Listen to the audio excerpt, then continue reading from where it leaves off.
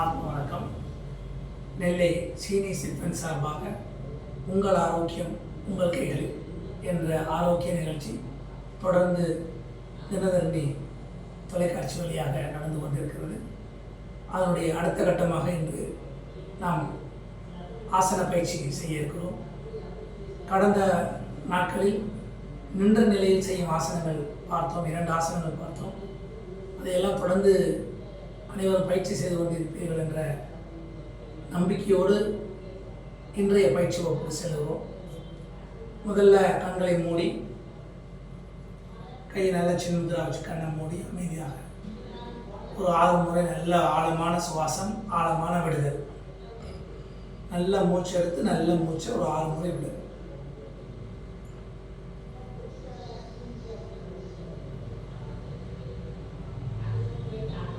இப்போ கைகளை நல்லாக ஒன்றோடு ஒரு இதமான சூட்டின் போது கண்களில் வச்சு உடம்பு முழுவதும்.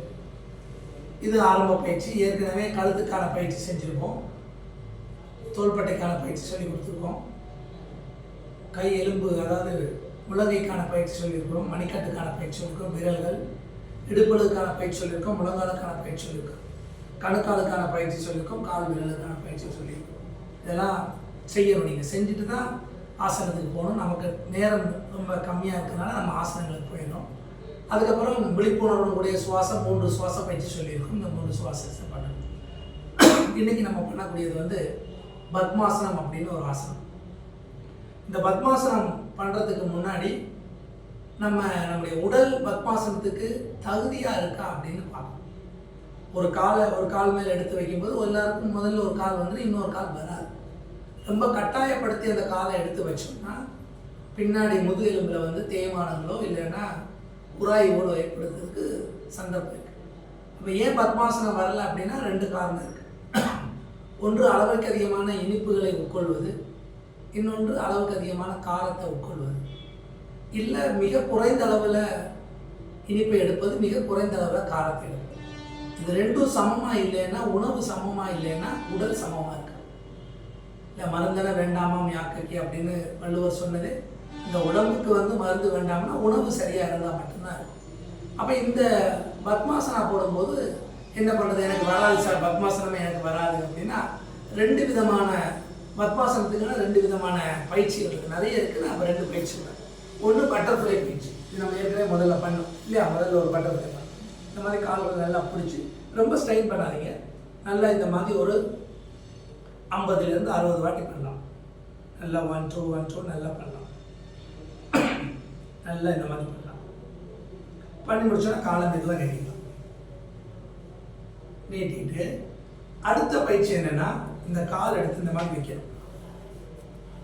இந்த கால் கால் எப்படி வச்சுக்கணும், இந்த காலுடைய கரண்ட கால் வெளியில் வந்துடும், இந்த கால் நேரம் இருக்கும். இப்போ இந்த காலை வச்சு என்னென்னா கரண்ட கால் வச்சா அழுத்துனா தொடையில் வலிக்கும், அதனால் கரண்ட கால் வெளியே வச்சு நல்லா ப்ரெஸ் பண்ணணும். 1 2 3 4 5 6 7 8 9 10. இப்போ காலமாக இந்த 1 2 3 4 5 6 7 8 9 10. இப்போ காலமாக 1 2 3 4 5 6 7 8 9 10. இப்போ காலமாக 1 2 3 4 5 6 7 8 9 10. இப்படி ஒவ்வொரு பக்கத்திலேயே குறைஞ்சபட்சம் ஒரு 12 வாட்டி பண்ணணும். 12 பண்ணும்போது இந்த இடத்துல இருக்கக்கூடிய அந்த இறுக்கமான தன்மை நெகிழ்ந்து கொடுக்கும் தன்மைக்கு வந்தோடனே ஒரு ஃப்ளெக்சிபிலிட்டி, ஒரு வளையும் தன்மை கிடைக்கும் போது பத்மாசனம் செய்யணும். பத்மாசனத்துக்கு முன்னாடி போட வேண்டியது அர்த்த பத்மாசனம். அர்த்தம்னா பாதி, பத்மாசனம் அப்படின்னா முழுமையாக போகிறது. எப்போவுமே யோகாவில் பார்த்தீங்கன்னா அர்த்தம், முழுமை, பரிபூர்ண நிலை அப்படின்றது. பார்த்தீங்கன்னா தனுராசனா, அர்த்த தனுராசனா, பரிபூர்ண தனுராசனா அப்படின்லாம் இருக்கும். பரிபூர்ணம்னா அதுக்கு முன்னாடி இந்த வளையறதுக்கு இடமே இல்லை. அப்போ என்ன பண்ணால் முதல்ல எல்லாருக்கும் வலது காலை எடுத்து இடது தொடை மேலே போடுறது எளிமையாக வரும், எல்லாருக்கும் வந்துடும். இப்போ முதல்ல நம்ம என்ன பண்ணோம்னா இடது காலை எடுத்து வலது தொடை மேலே வைக்கும்போது இந்த குதியங்கால் உங்கள் வயிற்று பகுதியை தொடுவது மாதிரி வச்சுக்கணும். இப்போ நீங்கள் முத்ரா எல்லாம் போக வேண்டாம், முதல்ல கொஞ்சம் பயிற்சி கொடுங்க. எடுத்த உடனே முத்ரா போனீங்கன்னா கால் வலி. இந்த மாதிரி நல்லா இந்த முட்டை பிடிச்சின்னு இந்த கை இங்கே இருக்கட்டும். அப்படியே ஒரு 20 கவுண்ட் இல்லை 25 கவுண்ட் அப்படியே இருக்கணும். 1 2 3 4 5 6 7 8 9 10 1 2 3 4 5 6 7 8 9 10 1 2 3 4 5. இதை வச்சு அமுக்கலாம். அமுக்கினா கால் வலிக்கும். இதை அமுக்கி பயிற்சி பண்ணும்போது பத்மாசனம் முழுமை இருப்பார். இப்போ இந்த காலை என்ன பண்ணணும், சடக்குன்னு எடுத்து விடக்கூடாது. இந்த கால் எடுத்து முதல்ல கீழே வைக்கணும். அதுக்கப்புறம் இந்த காலை நல்லா நீட்டிக்கணும்.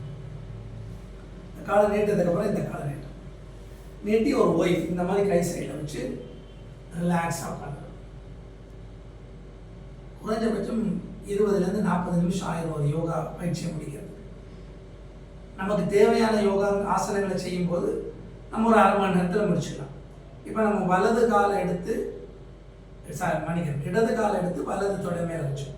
இப்போ என்ன பண்ண போகிறோம்னா காலை இந்த மாதிரி மடக்கிடுறோம். நம்முடைய வலது காலை எடுத்து இடது தொடை மேலே வைக்கணும். இப்போ இந்த கை எங்கே பிடிச்சிக்கிறோம், இந்த கை இங்கே வச்சுக்கணும். அதே மாதிரி ஒரு 25 எண்ணிக்கைகள்.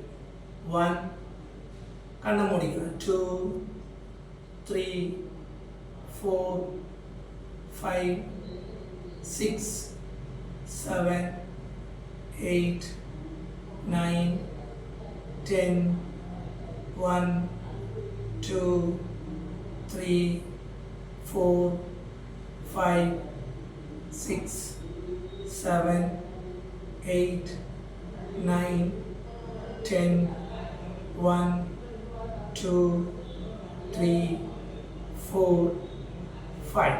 இப்போ மெதுவாக கண்ணை திறந்து இந்த காலை முதல்ல மெதுவாக எடுத்து கீழே வைக்கணும். அப்புறம் மெதுவாக நீட்டணும். இந்த காலை நீட்டணும். இது அர்த்த பத்மாசனம். இந்த அர்த்த பத்மாசனம் பண்ணும்போது என்ன ஆகும்னா நம்முடைய மூலாதார சக்கரத்தில் இருக்கக்கூடிய நம்முடைய சக்தி, குண்டலின்னு சொல்லக்கூடிய சக்தி கொஞ்சம் கொஞ்சமாக மேலிருந்து மேலே வரும். அது வரும்போது என்ன ஆகும்னா நம்முடைய உடலில் நிறைய மாற்றங்களை நம்ம உணர முடியும். மூலாதாரத்திலேருந்து சுவாதிஷ்டானம் வரும்போது ஒரு மாற்றம் இருக்கும். சுவாதிஷ்டானத்திலேருந்து மணிப்பூரகம் வரும்போது ஒரு மாற்றம் இருக்கும். மணிப்பூரத்திலிருந்து அநாதகா, விசுத்தி, ஆகினா, சிரசகமலம். சிரசகமலம் வரைக்கும் நம்ம எடுத்துகிட்டு போகிறதுக்கு உண்டான பயிற்சிங்கிறது கடுமையான பயிற்சி. நம்ம மணிப்பூரகம் வரைக்கும் நம்மளால் எடுத்துகிட்டு வர முடியும் தொடர் பயிற்சி செஞ்சால். இன்றைக்கி செஞ்சுட்டு 10 நாள் கழிச்சு திரும்ப செஞ்சோம்னா எங்கேருந்து ஸ்டார்ட் பண்ணுறோமோ அங்கே இருந்தால் ஸ்டார்ட் பண்ணணும். அப்போ ஒவ்வொரு முறையும் பயிற்சிகள் தொடர்ந்து செய்யணும். இப்போ கொடுத்துருக்க பயிற்சிகளை நாள் வாரியாக பிரித்து செய்யணும். இல்லை எல்லாத்துக்கும் நேரம் ஒதுக்கணும். ஆசனங்களுக்கு ஒரு 40 நிமிஷம் செய்ய போகிறோம், ஒரு 1/2 மணி நேரம் செய்ய போகிறோம்னா அதுக்கேற்ற மாதிரி நம்மளுடைய கால அட்டவணையை சரி செஞ்சுட்டோம்னா நம்மளால் பண்ண முடியும். இப்போ நம்ம வந்து அர்த்த பத்மாசனம் போகணும். அர்த்த பத்மாசனத்தில் என்னெல்லாம் பண்ணலாம் அப்படின்னா கண்களை மூடி சுவாசத்தை கவனிக்கலாம். இன்னொரு மெத்தடு மனசை ஒருநிலைப்படுத்துறது பின்னோக்கி எண்ணலாம். அதாவது 25லேருந்து எண்ணலாம். 25 24 23 22 21 20 19 அப்படின்னு எண்ணலாம். இந்த வேகம் வரக்கூடாது. 25 24 ஒவ்வொரு எண்ணிக்கைக்கு முடியல ஒவ்வொரு சுவாசம் இருக்கு. இது நேரம் இருந்ததுன்னா 100லேருந்து ஆரம்பிக்கலாம். இன்னும் நேரம் இருந்தால் 500லேருந்து ஆரம்பிக்கலாம். இன்னும் நேரம் இருந்தால் 1000லேருந்து ஆரம்பிக்கலாம். ஒரு விதிமுறை, 1000லேருந்து சொல்லிகிட்டே வாரீங்க, 70 கிட்ட வந்துட்டீங்க. 69 சொல்கிறதுக்கு பதிலாக 70 சொன்னீங்கன்னா மீண்டும் 1000லேருந்து ஆரம்பிக்கும்.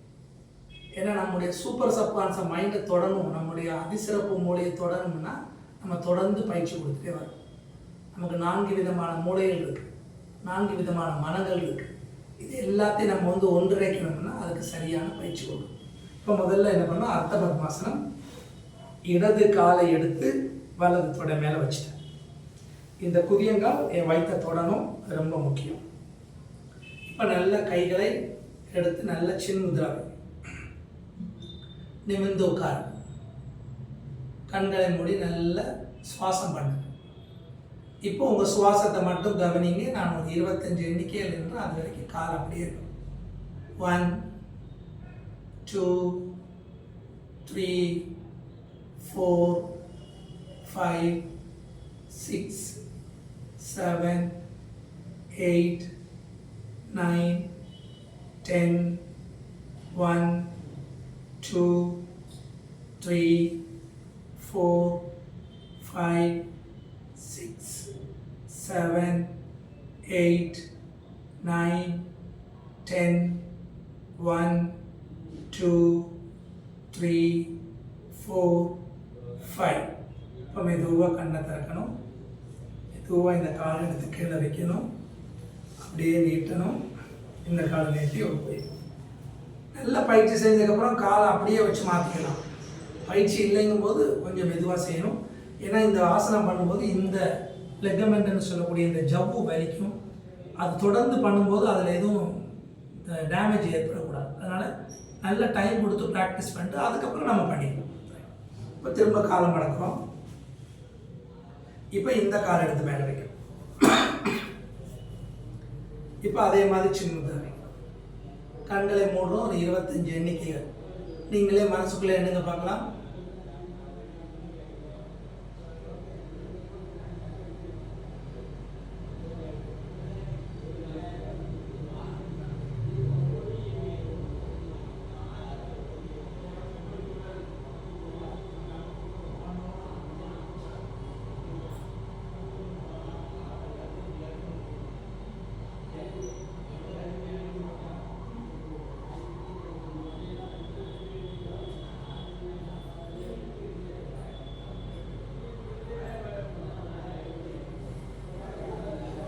இப்போ மெதுவாக கண்ணை திறந்து கால் நல்லா எப்பவுமே இந்த காலை நீட்டிடணும். இது அர்த்த பத்மாசனம். பத்மாசனம் செய்வதற்கு முன்னாடி அர்த்த பத்மாசனம் செஞ்சு பழகிட்டு பத்மாசனம் பண்ணணும். அப்படி இல்லைன்னா பட்டர்ஃப்ளைல வந்து நமக்கு பெயின் வந்துடும். டிஸ்கில் வந்து பெயின் வந்துடும். அப்படி பெயின் வந்ததுன்னா அது நமக்கு யோகா செய்கிறதுக்கு இடையூறு. அதனால் கண்டிப்பாக பத்மாசனம் பண்ணுறதுக்கு முன்னாடி அர்த்த பத்மாசனம் பண்ணணும். அர்த்த பத்மாசனம் பண்ணி முடிச்சோன்னா சுகாசனம். முதல்ல அன்னைக்கு முதல் ஒரு கிளாஸ் சுகாசனம். இங்கே பாருங்கள், இந்த கரண்டையும் இந்த கரண்டையும் ஒன்றோட ஒன்றா இருக்கணும். கால் அகலமாக இருக்கு, எங்கேயுமே கேப் இல்லை. நல்லா இந்த கையை நல்லா பிடிச்சிங்கன்னா கழுத்து நல்லா ஃப்ரீயாக இருக்கும். இந்த மாதிரி பிடிச்சி நல்லா நிமிர்ந்து உட்காந்து அதே மாதிரி ஒரு 25 எண்ணிக்கை நல்ல சுவாசத்தை எடுத்து சுவாசத்தை விடுங்க.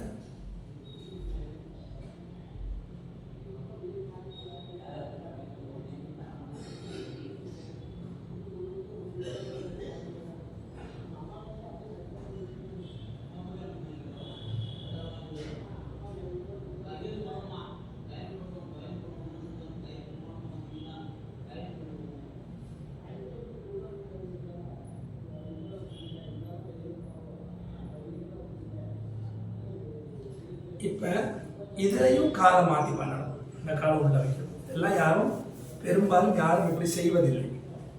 ஒரு காலுக்கே செஞ்சுட்டு போயிடுவாங்க. இந்த காலை கரெக்டாக வச்சு இப்போ பார்த்தீங்கன்னா நீங்கள் தொடர்ந்து செஞ்சுட்டு வந்தீங்கன்னா இந்த ஆசனத்தோட கால்களை மாற்றும் போது உங்கள் உடம்புல ஏற்படுகிற மாற்றங்களை உங்களால் கண்டுபிடிக்க முடியும்.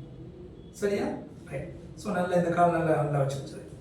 இப்போ அதே மாதிரி நான் வந்து இந்த முத்ராக்கெல்லாம் போகலை. உங்களை முதல்ல தயார்படுத்து. நல்லா மூச்சு எடுத்து நல்லா மூச்சு விடுங்க.